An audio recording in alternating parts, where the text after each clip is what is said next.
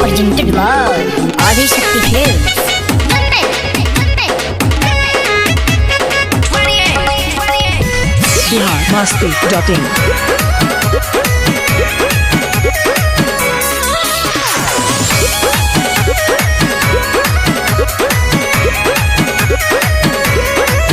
रउआ बाली बंगाल से ले आवे के बाद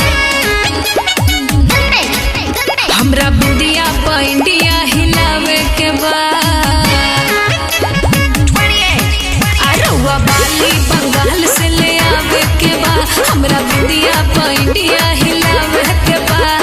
रेट होके जवना के खूबे बढ़ चढ़ के हथवा के चूड़ी सैया चाही चंडीगढ़ के जदी लेके नहीं आई पता करब झगड़ा हे धनी हो कि हम हो ले ले आइब राजस्थानी घाघरा हिलाई हो पेन के दिलिया घरा सचो भैया ले ले आओ राजस्थानी घाघरा हिलाई के भौजी दिलिया घरा तू लोग तो छुपे रहलो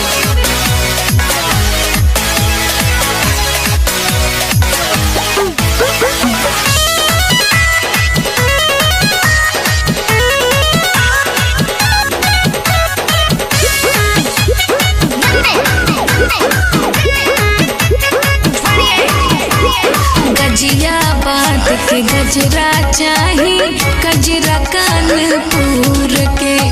पैजनिया पटना के चाही चलूंगी दहिया तूर के ओढ़नी उड़ीसा से आई ओढ़ी लगबू बेबी डर पूरा बॉडी गहना से ढक लिहा बन जाई महल छपरा के छागल बड़ी बनिक लागल देखे के बाजार में भइल बनी पागल आज कहतानी रउआ से लगाई असरा हे धनी हो कि हम हो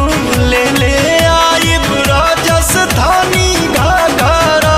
हिलाई हो पेन के दिलिया घरा कि भैया ले ले आओ राजस्थानी घाघरा हिलाई के भौजी दिलिया घरा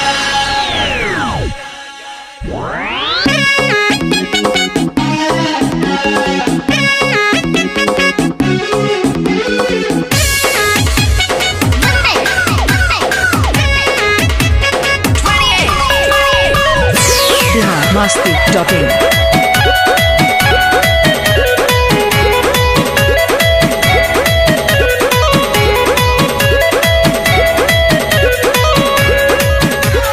आखिरी छाला गलबा दिलवा में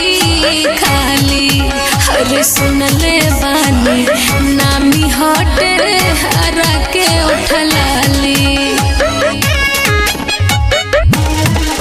ससराम से नूरा ले आई तू मंगिया सजाई हा हो खुश होई हा ताबे पवन के गरबा लगाई हा हो